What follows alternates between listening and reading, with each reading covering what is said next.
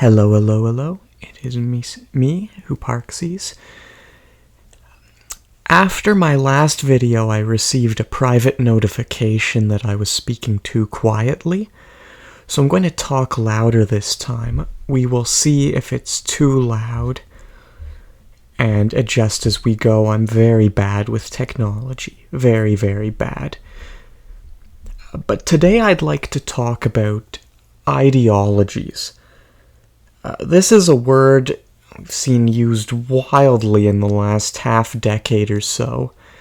It traces back as far as I can tell to our good friend Karl Marx. And in common usage, it is used as a pejorative to refer to certain positions.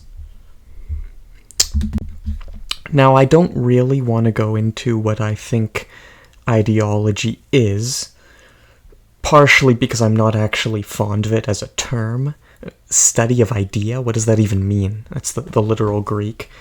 Although I haven't found anything better to refer to the sort of concept. I'd considered openness, but in habitual usage that sort of implies not really holding on to a principle, which isn't a better replacement for ideology.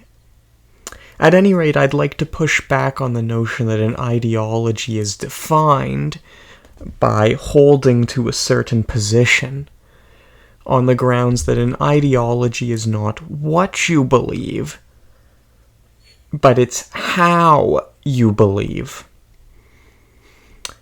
In other words, it's certain ways of thinking which, irrespective of the nature of the position held, pick anything you want, confine the other person to the blaze, either through manipulative uses of principles, or through a sort of intellectual fear that manifests in a frank denial of said other position even existing.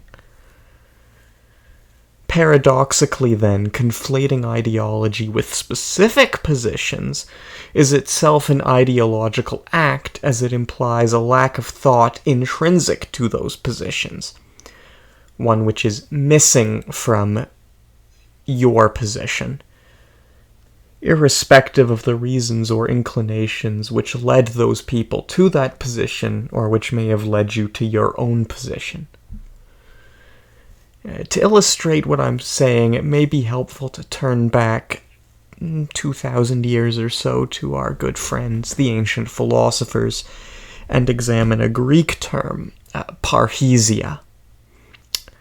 This term is usually translated as free speech, but it has nothing to do with the modern notion of free speech. It does not mean the right to speak your mind, but the ability to speak freely, unconstrained either by cowardice or by its co-conspirator and child dishonesty.